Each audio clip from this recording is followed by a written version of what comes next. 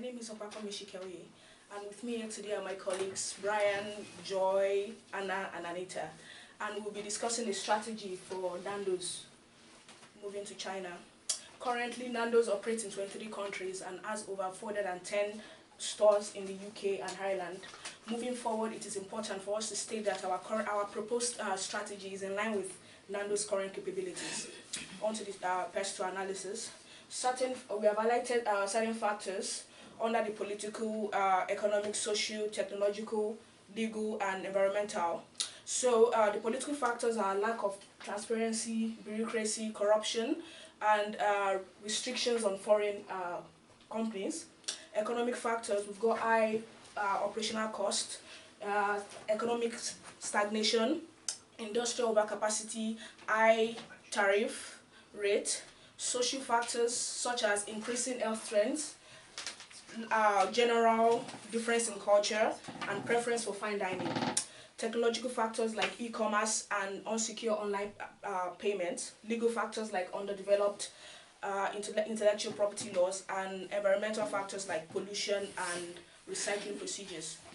Now on to the resource model. We have divided Nando's current resources into the tangible and intangible resources. Tangible resources like Nando's sources. We have highlighted this because it cannot be easily replicated by their competitors, which will give them a competitive edge over their competitors in the market. Now intangible resources like brand reputation, trademarks, intellectual property, knowledge, and processes. This two resources combined will give them a high competitive edge in the Chinese market. Now Anna will discuss the SWOT analysis. Okay, thank you very much. The SWOT analysis for Nando's. One of the major strengths is the signature peri-peri sauce, which is the heart and soul of Nando's, and this consists of variety of sauces ranging from mild to extra hot flavors, which many believe to be very different and tasty as well. Nando's also has a reward scheme program that earns their customers chili points, which can eventually get them free chicken after spending a minimum of about £7 or so for every visit. This is a very smart scheme because it creates a relationship between the restaurant and customers, and more so it ensures repeated customers as well. Moving over to the weaknesses, one of their major weaknesses is that they do not currently provide food delivery services. The food delivery service demand has been rapidly growing because many people do prefer to order food from the comfort of their own homes. It is a weakness for now, but in the UK, but in China it is going to be part of our strategy because the food delivery industry is worth about 37 billion currently. Nando's is obviously also a non-vegan restaurant, and their absolute focus on chicken reduces the appetite of vegetarians, hence why they don't have a lot of vegetarian customers. An opportunity for Nando's would be that they may need to expand their menu from the normal standard chicken menu and come up with new inventions such as a breakfast or brunch menu. Breakfasts are usually the most important meal of the day. As now many people are now turning vegan, they could also develop a space and a menu for vegetarians, such as a vegan peri-peri chicken or burgers. This would definitely increase their customer base as well. As for the threats, when trying to expand over into other countries such as China, they may face intense competition from both local and international restaurant chains because their domestic food supply is quite strong. And China currently doesn't have a strong copyright enforcement, so when they do go into China, they could face a lot of copyright issues. Over to the next. So according to, this is Potter's value chain model. Okay, right. So the firm infrastructure would be under that, and we have financial planning and strategic management, and effective handling of legal issues as well. Human resources, we've got interviewing and recruiting employees. Effective human resource management could gain them a competitive advantage. Technology development, under that we have in this modern society everything is obviously supported by technology such as booking systems and things like that. And under procurement, we've got the purchasing of raw materials and machinery, equipment and supplier management. And as for the inbound logistics, we've got quality control, acquiring high quality resources to ensure that they have good food quality. And under the operations, we've got improved product appearances and flexible cooking systems as well. For outbound logistics, we've got timely food delivery, effective order processing and procedures, and effective handling of the food as well. For marketing and sales, we've got developing brand awareness through effective advertising, and offer customers first-hand quality information as well. And under the service one, we've got quick maintenances and upgrading staff training regularly as needed. So now over to Joy. Now, I'm going to look at the communication strategy for Nando. Here we've got the stakeholders. Which includes the customers. They possess a high power over Nando and also have high interest. And then what the customer is looking for is to have a healthy environment and good food to eat. And also the best way for Nando to communicate with their customers is through leaflets, online adverts, and promotional materials. Then employees are also one of the stakeholders. They've got a high power, they've got high interest in the running of the business as well, because without the employees, the business cannot function properly. And then the best way to communicate with employees is through effective staff meetings. Also, we've got the shareholders, which who possess a high interest and also high power over the business as well. They have invested their funds in the business and they are out to get a return of investment as well. And the best way to communicate with the shareholders is through the annual shareholder meetings. And then we've got the supplier who have low power over the company, but they've got high interest in the business because they are there to maximize profit. And then the best way to communicate with the suppliers is through partnership and networking. We've got the delivery companies who have low power and high interest over the company because they're there to earn income, and then the best way to communicate with them is also through word of mouth and partnership. We've got the social media influencers who've got low power over the company, but they've got high interest because they make or mar the reputation of the company, and the communication vehicle is through online or media. Looking at Nando's position in the market, we're going to adopt the Bowman strategy clock. We're taking the hybrid position here because our prices, Nando's price is going to be slightly higher than the competitors such as KFC, McDonald's and Burger King, but at the same time Nando is offering a product differentiation in the terms that they're going to offer an increased value better than what the competitors are offering in terms of healthy eating for the Chinese people, because with the current trend of obesity in China right now, healthy eating is being advocated for. So I will now move over to my colleague Anita. Hi, I'll be talking about the Potter's 5 forces, which includes the threat of substitution, buyer power, supplier power, threat of new entrants, and competitive rivalry. So in terms of bargaining power of buyers, the bargaining power of buyers can be high or low due to the fact that buyers obviously comes in different preferences with different perspective, and their power can be sometimes high or low. They can be weak at the same time, but however the strength and their weakness depends upon the desirability of their product or the service, as well as the product utility value. In this case, the bargaining power of buyers for Nando's is high in the Chinese market, and that's because there are other alternatives such as KFC, McDonald's, Burger King, and Subway, as well as the local Chinese cuisines, as well as local Chinese restaurants there. So moreover, food safety is becoming a very vital part of Chinese market following the recent scandal of KFC. And so the instant chicken scanner, therefore the Chinese consumers are becoming more aware of the health and ecological cost of production. Nando's is aware of these challenges, and therefore their strategy is to differentiate themselves in terms of hygiene, and this is a very big factor in the food industry. Nando's will make vital changes to the menu to suit the Chinese consumers without taking too much away from the originality, as well as the use of technology to improve customer service. The threat to new entrants is high as well, and that's because in China, the fast food industry in China, the threat to new entrants is very high, and that's because in the fast food industry, with little or no with little capital, there is a good cook, there is a new market in town, there's a new business in town, and adding to the fact that there is no legal law protecting a business, anyone can copy the same thing.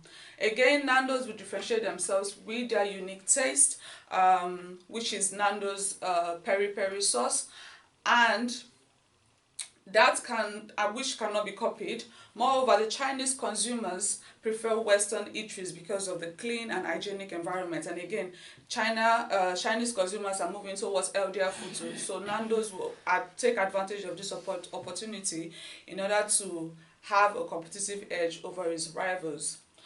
In terms of competitive rivalry, within the fast food industry, there is an array of rivals in which Nando's will compete against. This will include the likes of McDonald's, Burger King, KFC, and Subway on the fast side of business. Alongside this, Nando's has added the casual dining experience to the market, so they will also be competing against the likes of TGI Fridays, Pizza Hut, IHOP, and Johnny Rockets. Although there are also Chinese franchises, this will be an indirect competitor in the market due to the major difference in different cuisines. The competitive rivalry is also very high. The supplier power. Overall, the supplier power of the poultry industry in China is low. A couple of factors shows this. According to the fair or foul industrialization of poultry products in China, the sector has immense pressure by firms to cut costs. This enables an entry from a large organization with a strong buying power such as Nando's to be able to influence its supplier and gain all the resources required. This also shows Nando's will not accept substandard products from their suppliers and will be quick to investigate any problems before they can have any damaging effect on the brand. This pushes suppliers' power even lower, as Nando's have opportunity to switch when the shoes fit.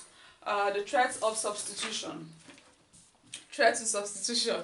Threat to substitution is also very high, and this is because the industry which Nando's operates in is an extremely competitive industry. So alongside their Western cuisine, as we've mentioned before, Nando's will also have an array of cuisines from around the world, because China is a very big place. And although there is a high threat of substitution, Nando's is already aware of this because it's what they are used to and it isn't something new to them. Wherever and whatever market they go into, there is a higher threat to substitution. But within this threat, there is a huge opportunity for Nando's. According to HITA, the fast food industry in China generated highly $150.9 billion in 2017, up to 9.6% from 2016. Over the past 5 years, industry revenue has grown at a rate of 11.2% annually. So this shows a huge potential for lucrative markets. So moving on to Ansoff metrics, Nando's will utilize a market development approach. So in order for Nando's to enter into the new market and gain market share, Nando's will adopt a market development strategy. So this will Nando's will offer existing products to the Chinese market, but with an aggressive catering to fit the Chinese taste. This will be done by adopting some of the Chinese local dish in the menu. Moving forward, Nandos will also take a step further by creating team internally. These are a group of teams that share common language, they are part of history with a huge overlap in culture, and a team of leaders that are Western educated and know the global standard of the brand. Also, we'll also be using the product development strategy. So in terms of product development, one of Nando's product development strategy will be to invest in new technology, such as the QR codes, and this is becoming a very ambiguous thing in China. So Nando's will take advantage of this technology to enable customers to scan their orders and pay with their phone. This will enable Nando's to meet with the demand of customers. So moving on to the cultural dimension, offset cultural dimension. There are so many barriers and obstacles businesses face when starting up a new business in China, one of which is the cultural barrier. In order to successfully start a business venture in China, building a good relationship with people and in administration such as banks, tax office and the government is very vital. But in this case, we'll look at the power distance. If showing an 80, as you can see from the graph, a high score of 80 shows China's hierarchical structure and the belief of the China people, which every business owner must respect and honor. Nando's is aware of this, and so Nando's, as a foreign business entering into the Chinese market, understands this hierarchical structure and will respect this cultural value and make positive impression in the Chinese market. Another thing we'll look at is the individualism. A very low score of 20 shows that China is a collectivist society. The people of China tends to think of we, and that's their attitude. And so in order for us to be able to do this, we'll have to we are aware of this, and so we'll do this by enlarging our outlets, allow bigger kitchen and more floor space where customers can linger. And so I'll move over to my colleague Ryan. Yeah. Throughout the whole strategy, we will have to manage change. It will become a big thing because obviously it can cause resistance, and managing this resistance will be really key. So we will have to make sure we're managing requirements. That could be from various stakeholders, as Joy went through. That could be from the government, that could be employees. So managing these stakeholders through different forms of media will enable us to make sure we hit all the requirements of these people, especially for such shareholders. We also went through certain cultural implications, such as a collectivist society, making sure we understand the culture and according to Shine, making sure we understand the values, the artifacts and all the hidden beliefs that the Chinese have so that we are successful. And of course, previous experience. Nando's has the resources, as Kemi went through. We have the capabilities within the organisation for internationalisation already. However, what we will do is also bring in further experience of the Chinese market so that we have fully understanding from there. Certain tools that we can use. So as China has a very hierarchical power distribution, establish stretch targets from management to employees. This can provide certain motivational techniques to ensure that they're working for the organisation and they understand what their kind of benefit and they are doing for that organisation. Reorganisation and new blood, ensuring that we have a very culturally accepted hierarchical structure, making sure we go along with how the Chinese like to run businesses and ensuring we have trust and ensuring we have people within the organisation that understand that market, and we may have to obviously get certain management in that will have a good impact in the restaurant business. Develop dynamic capabilities. So Nando's does have the capabilities and further resources within the structure to make sure that we can go into the Chinese market. However, ensuring that these are dynamic to keep up with certain trends and certain places within that market, as the world is a very, very quick pace at this moment in time. So having dynamic capabilities will give us the assurance that we can move along with these trends effectively. And then, of course, undertake multiple scenario analysis and stakeholder analysis constantly understanding what our stakeholders needs, if it's changing, and constantly understanding the market to make sure that we can be as effective as possible. As for the opportunity, the Chinese market is a massive one. As a whole, the fast food industry had 150.9 billion in 2017 alone, and that's up nearly 10% from 2016. Revenue topped nearly 4.2 trillion yuan. As a whole, that's 626.3 billion. So that kind of gives you the size and the kind of whole market structure. The food delivery business, which we're going to focus on a lot, is part of the technological strategy that we have. It's 37 billion USD and is growing constantly. With a population also that is the second fastest growing on the planet, already 1.38 billion is a market that can be tapped. And of course, just because it has a high population doesn't mean it's necessarily a good thing to go into. However, per capita income is increasing and they have a growing middle class, which lends itself to healthy eating as well. People are more likely to spend more money on foods that they believe is going to be better for their body, which is what fits with Nandos. In terms of how we're going to do that in action as a whole, as Joy went through, we are a hybrid strategy, so we differentiate from our competitors through offering higher amounts of value. So they buy ours knowing that they're going to have healthier food at a slightly higher price, however the value for them intrinsically is a lot higher. We're going to start with short-term market development.